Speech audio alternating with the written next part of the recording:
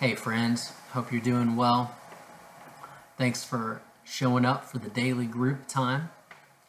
We're going to finish up talking about safe food handling procedures today because I know that you're spending a lot of time at home, and I'm guessing that at some point you're fixing yourself some food, you're maybe helping out your parents with some dinner plans and things like that. And so I want to give you some stuff that you can take with you as you do those things. All right. So I'm hoping that you'll take some of this information and use it throughout this week. As a brief introduction, what we went over yesterday, we went over safe food handling, and it refers to, when you hear that, it refers to the precautions taken when storing, preparing, and eating food. And these precautions reduce the risk of getting sick through foodborne illnesses. Right? And those illnesses, foodborne illnesses, are caused by eating food that's contaminated by bacteria and other microorganisms, germs, as you might call them. And contaminated means that a substance, such as a food, can be made impure or unsafe. Now, handling food safely requires clean hands, work surfaces, and clean equipment. It also requires taking other safety measures that we're going to talk about whenever you store food and cook foods correctly. All right? So let's start out with talking about how we correctly and safely store the food that we have. All right? In addition to keeping hands and food equipment clean, storing foods correctly will also reduce risks of foodborne illnesses. Expiration dates, or best before dates, on packaged foods indicate the time frame in which the food is safe to eat. Some packaged foods also indicate whether the contents needs to be consumed or eaten within a period of time once it's been opened. For example, a carton of soy milk may indicate that the contents needs to be consumed within 5 to 7 days after it's been opened. There are many web resources containing guidelines for safe food handling and storage. You may find some good ones on government websites, like you may find good guidelines on government websites like either your state, local, or your national websites. There's several, and you can find out more information about storing food just by visiting those websites. Just do a quick Google search and you'll pull up some good stuff. For now, though, we've got some basic precautions that I want to read to you about storing food. All right? Be sure fridges and freezers are kept clean and are at recommended temperature settings. Every fridge will have that where you can set it to how cold you want it to be. So you make sure that most likely it's already there or colder, but that's a very important thing. Keep storage areas clean to reduce the chance of pests such as mice or insects from contaminating foods. Okay? Keep foods wrapped separately in clean plastic bags or food wrap, or in clean glass or plastic containers. Now you'll see this mostly with your leftover foods or something. If you have food that you didn't finish, make sure and wrap it or put it in some kind of container so that nothing gets inside of it. Use foods before their expiration dates. Okay. Pick up frozen and refrigerated items last when shopping. Take them directly home and promptly place them in the freezer or fridge. That's a great thing to do because some of you may live far away from a grocery store, and so you want those groceries to remain cold on the drive back home. So get your frozen or refrigerated stuff last. Keep eggs in their original cartons in the fridge, as they will stay cooler than when placed in egg holders in the fridge door.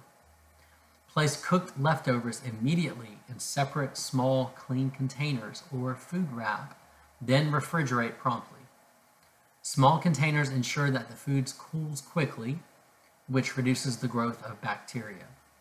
Basically what that means is that if you have a big container of something and you put it in the fridge, it's probably not going to get chilled for a while.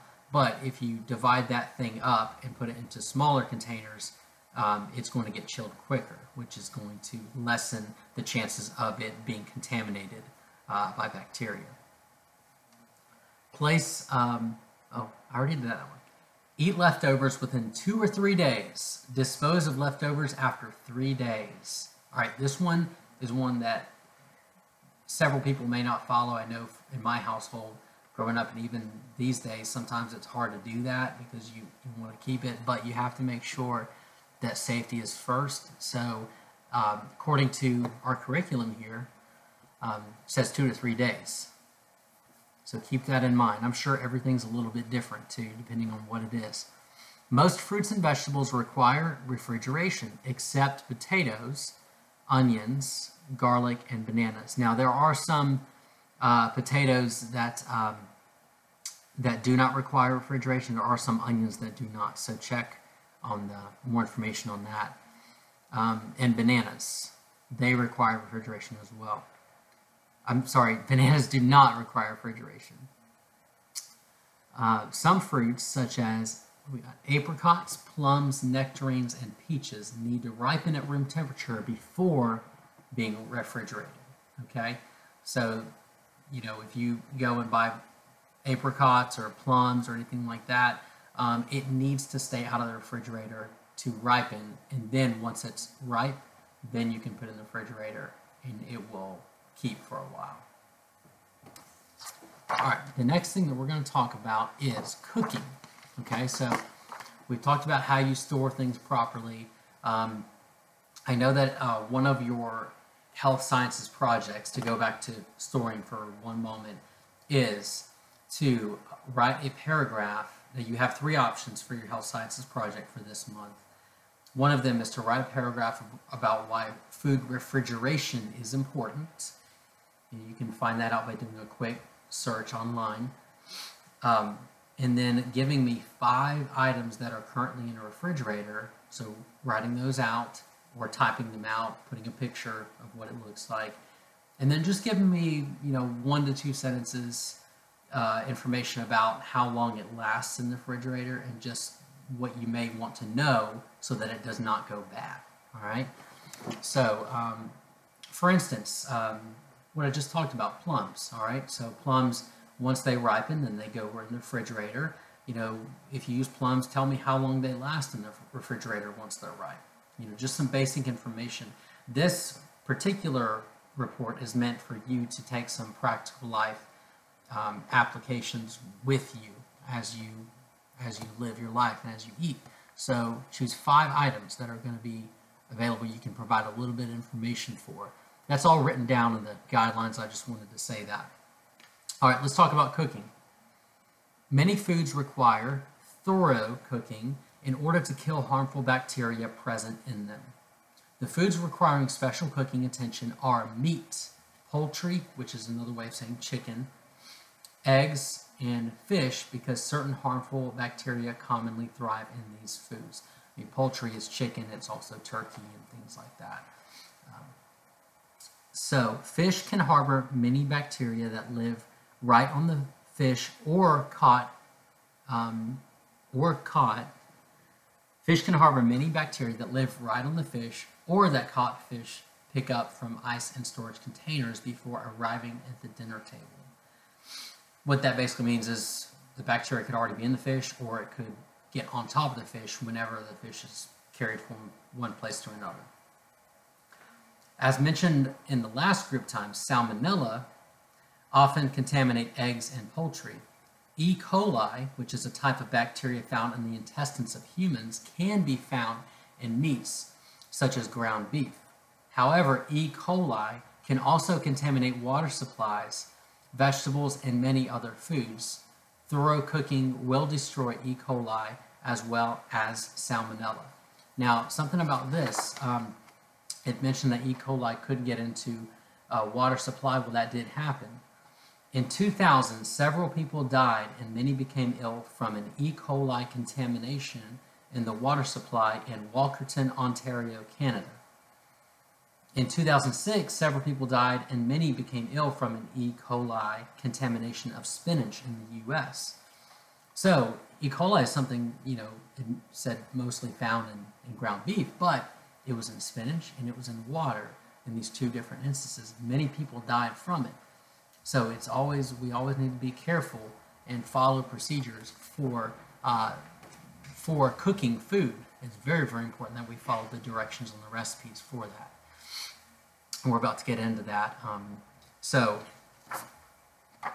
another note about that, if you remember from your health sciences project, another project you can do is to tell me about a specific foodborne illness, such as E. coli or such as salmonella. Tell me more information about it. Give me 3 paragraphs about it. Those paragraphs can be, pretty much anything having to do with it. What causes it. Give me something from a news story about whenever it, several people died from it. An outbreak. Also, how to prevent that from happening. You could pull some things out from some government websites about how to prevent salmonella or how to prevent E. coli or anything else. Anyways, divide those into 3 different paragraphs, and you can do it that way if you want to. But that is another option for your report. I think it's very important to know, because knowing what could happen helps us prevent it. So I believe that could be another option that you may want to do for your project. Okay, moving on. Let's talk about, we're still in cooking. All right, it is important that cooked meat, poultry, and fish products reach the internal temperature recommended in the recipe. This internal temperature ensures that any harmful bacteria in these foods will be killed. Food thermometers are strongly recommended when roasting, for example, a turkey. These thermometers are inserted into the thickest part of the meat before cooking and indicate when the correct internal temperature has been reached deep inside the food. When cooking meat products, always follow the cooking instructions, and you'll find that in the recipe or the manual accompanying the stove or oven. All right. Some people believe that only meat or dairy products can make them sick, but any food, including fruits and vegetables, carry harmful bacteria. Although not all fruits and vegetables require cooking, they all require handling and washing, as discussed previously. So you could get bacteria or germs off of anything. So whatever it is, whether it's fruit, whether it's vegetables, you still need to wash them. You need to do that before you eat it.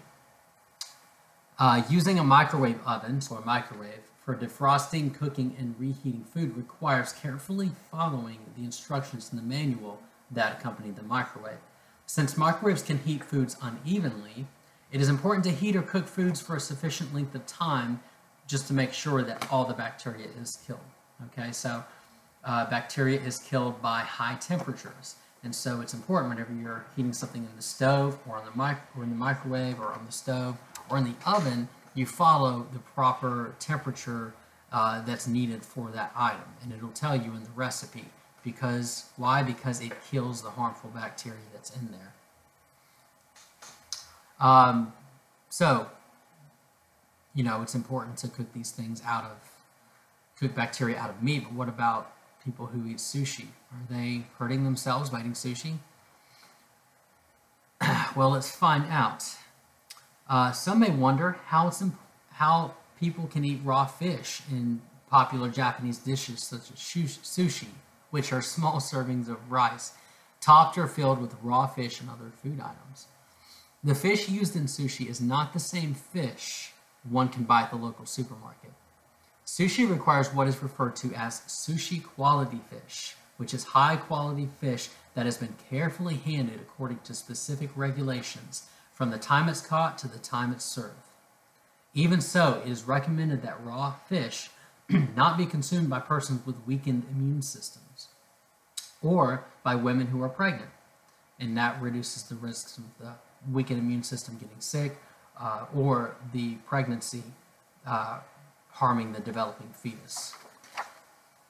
All right, so a couple things and then we will close this one off. Not all bacteria in food are bad. In fact, many foods depend on bacteria for their unique flavors. For example, certain bacteria are deliberately added to milk to produce yogurt and cheese. When a sink and soap are not available for hand washing, hand sanitizers, and we talked about hand washing last time, but this is something that I wanted to say about hand sanitizers. Hand sanitizers can work if you can't wash your hands. They can be rubbed on the hands to reduce bacteria. To be effective, these gels should contain a minimum of 60% alcohol, which most do. All should, as a matter of fact. The last thing is actually an idea for your health sciences report. I'll read it first and then I'll explain it. Since ancient times, people have been storing food for future use. Before refrigerators and freezers, people used many methods to preserve their food, such as drying fish and fruit in the sun, or smoking meat over a slow fire. These methods remove the moisture from foods, which prevents the growth of microorganisms. Now remember, we talked about in last group time that bacteria grows in moist, damp areas where there's also warm, damp, and moist areas. So before freezers were here, before refrigerators were here, there were strategies used by people to keep bacteria from growing in their food. Okay, so your last option for your health sciences report is to write 3 paragraphs about how food has been stored throughout history. You can choose a few different times. You don't have to give me every single way that it has, obviously. That would take several pages to do. This is just 3 paragraphs. Just pick a couple of different methods that were used, or you can pick 3 different methods that were used for storing food throughout history. You can pick a few different, or you can pick a few different eras and say, in this era, this is how they store their food. This is how they, instead of using a fridge or a freezer, they would do this. In this particular era, they did this. You've got options to do it that way.